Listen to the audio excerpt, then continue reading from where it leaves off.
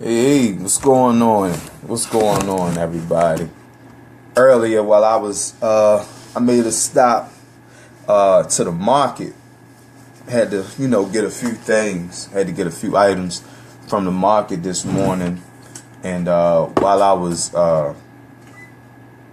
in my reflection, while I was driving, I stay in reflection mode real heavy. And I was just thinking about the power of culture, what it does for a person and what it does for a people, what it does for a community. I was in deep thought about that and how our lives take on certain directions because the lack of culture. When we look at what we must be as African people, we must have a model for who we are and what we must be. And part of that is by retrieving what was in the past, studying our culture and our history. And we don't just study it just to read it, just to say that we know certain things. It's about understanding customs and values and things that we had. And when we learn these things, if we're not already utilizing it, we instill it in our present day situation. We utilize these things in our lives. We actually use them as tools. So it's like a tool bag that you're retrieving when you're getting your culture. You know what I'm saying? You got to get your hammer. You got to get your wrench. You got to get your screwdrivers and things like that. So that's what you're doing, because it's going to allow you to fix the problems that you face in your life, right? Especially when you live in a society that is anti-African, a society that is predominantly against you, when it is pro disenfranchisement, right, of your people. So, not saying that we can't prosper, but I'm saying politically and culturally, understanding that this society is against African people being self-sustaining people, right? So, hold on, let me get my juice, y'all. Yeah, so, this is strong. I got some ginger, bitter melon, lemon, tomatoes, cucumber, celery. I got it all in there. But anyway, you want to get your tool bag. And I believe that the brokenness that a lot of us experience as families and as individuals is because we do not have the correct model to shape and mold our behavior behind. That's the problem. Whereas we have men or we have males to men. How do you distinguish what's a male versus a man? When you retrieve your culture, you start to learn the characteristics of what we considered manhood was, or what manhood should look like. Meaning, when we're trying to exercise our ability to be men, we should understand that there's a certain criteria of behavior that we are displaying that authenticates us to be men. Same thing with womanhood. It's the same thing, right? And we have to be careful because, see, in this society, it's a poisonous society. America is anything goes here. Anything goes. And a lot of times, even when we do read and study, we have perverted perspectives. We like to twist things to fit our reasoning. We like to contort so that it fits our logic or our feelings, because we have been conditioned and socially engineered to be all type of fascinating creatures, And, we could be very intelligent. The trickery, the deception that we can use under the guise of truth. It's a lot of things that we can use to hide from others and to even hide from ourselves. We have to get to a point of looking at who our ancestors were. That's why we talk about our ancestors. It's because it's about their behavior. It's about their ways, the ways in which how they lived. And we're talking about the progressive ancestors, not people who wasted their existence on earth. We're talking about people who were bountiful, people that left an impression, an impact, people who sowed seeds into the minds of people, into good doings, into great deeds and things like that. That's what ancestral reverence is about. It's about their ways, because through those ways is in which how we continue to evolve. And if we find ourselves regressing, it is because we moved from our way. And when you don't have your culture, you don't realize your people have their way. And that's the same with any other people. Different Asian cultures, they have their way. They have their way. And the thing is every culture or every background of people have their way. And just because you're not following your way does not mean you're not following someone else's way. And when you've been trained in an American society, for the most part, if you have not been shown anything else, then that's all you have as a model of behavior. That's all you have as your understanding and your lenses in which how you see the world. That's why we talk about having an African worldview, because you see the world differently. We see the world differently. But first, it starts with studying, being able to, like I said, retrieve that culture, Sankofa, looking back, retrieving that tool bag.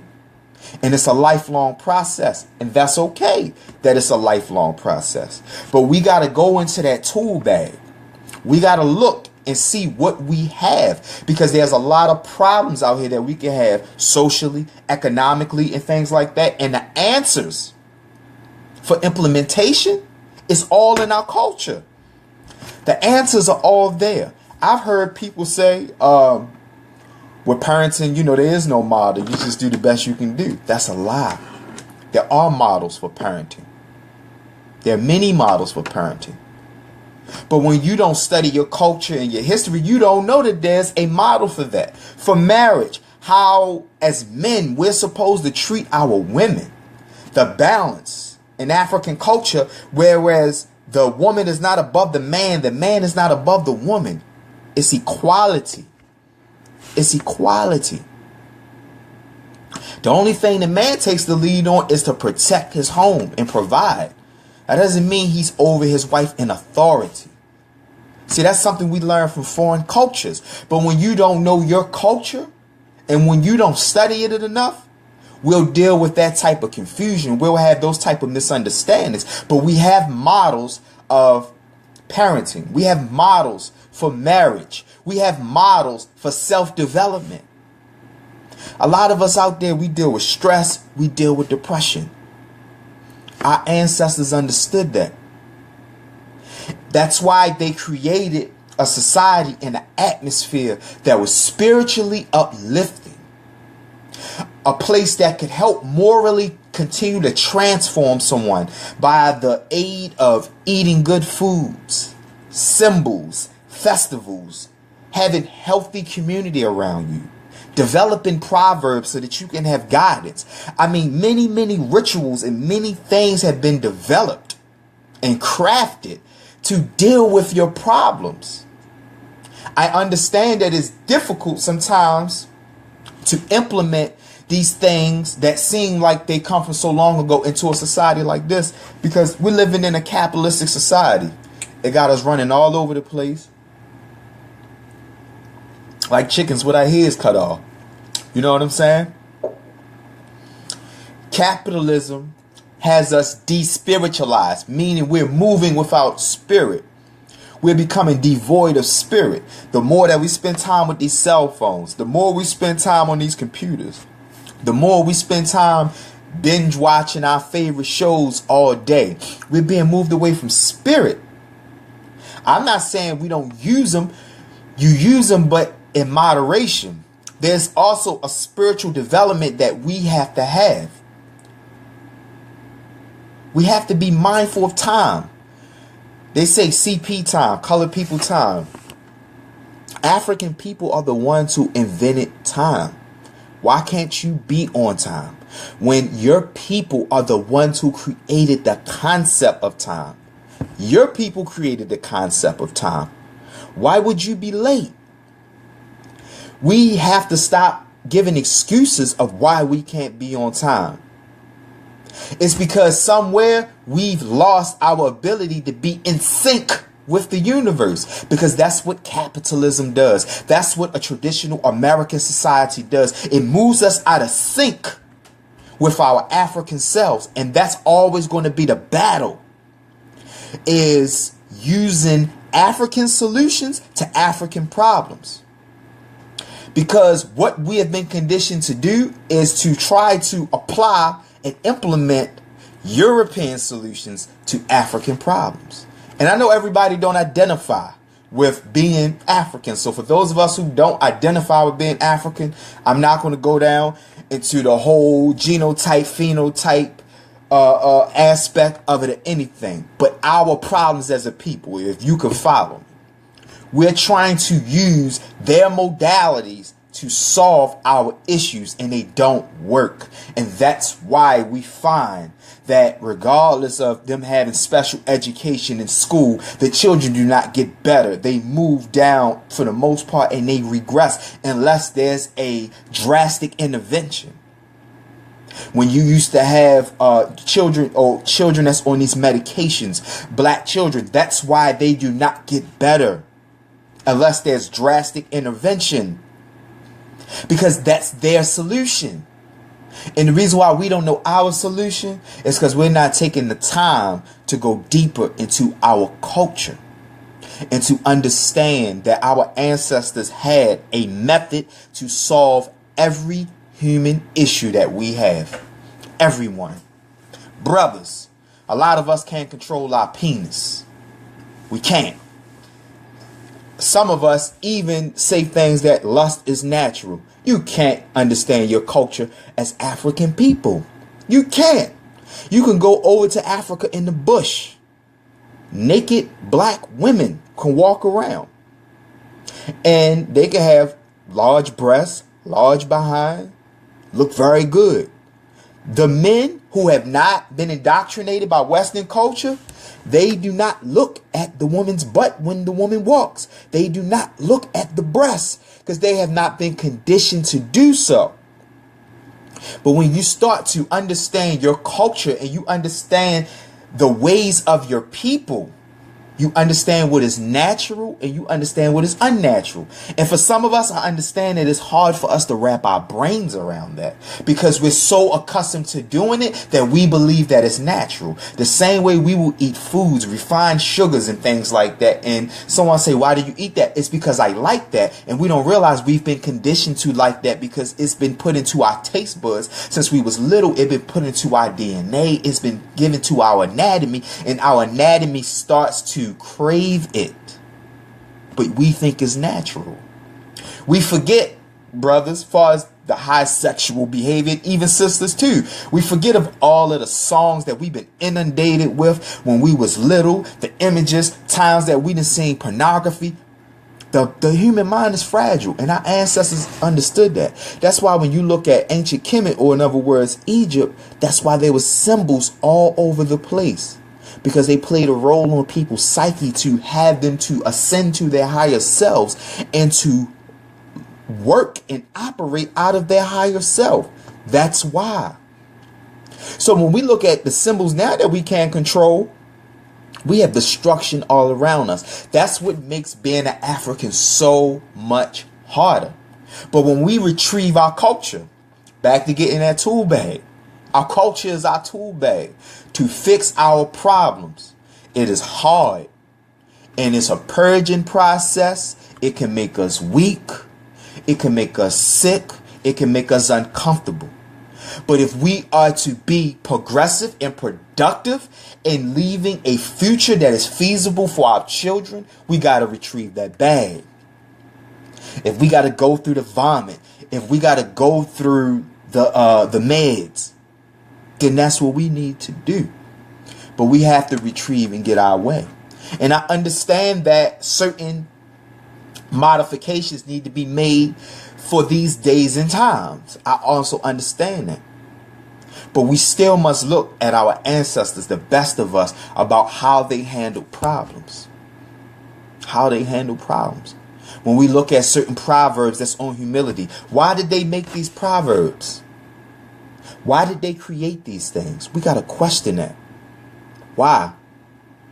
Because they understood generations down the line, there would be a you and I that will have problems before us.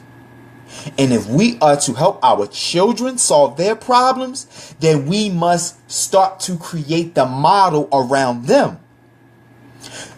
Especially for those of us who have not grown up in an African-centered home, where the culture was primary, the customs and the values were primary.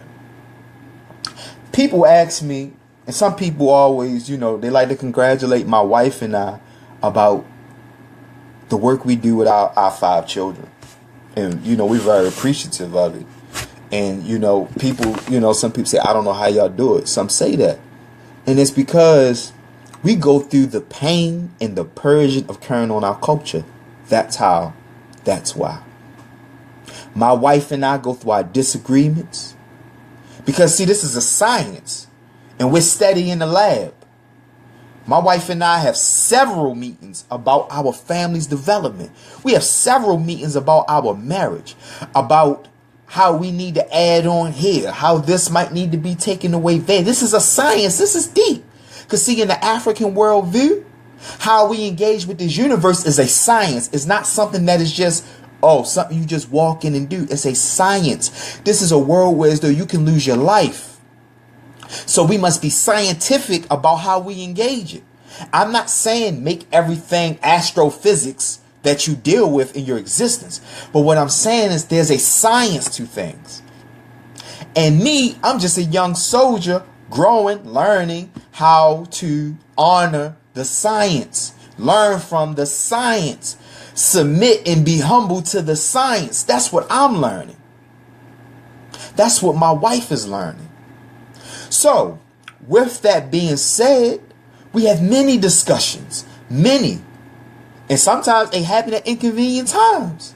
Sometimes we sit and talk. I thought it was only going to be 20 minutes. We had to sit down and talk for 2 hours. 2-3 days later, we doing it all over again. That's the time that we're willing to invest to build this nest of African-centeredness and direction for our children.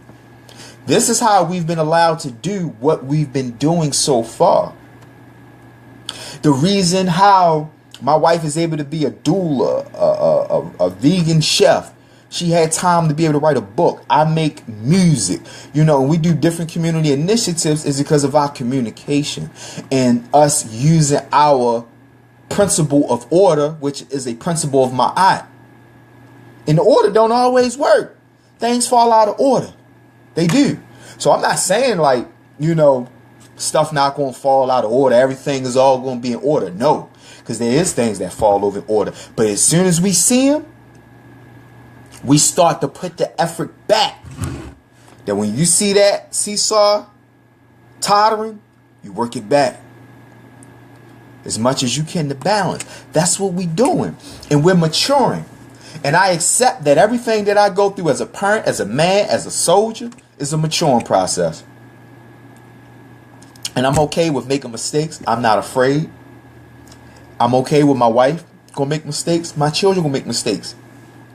Because in our family lineage or directly around us, we don't have a model for what we're trying to do. We don't have a model.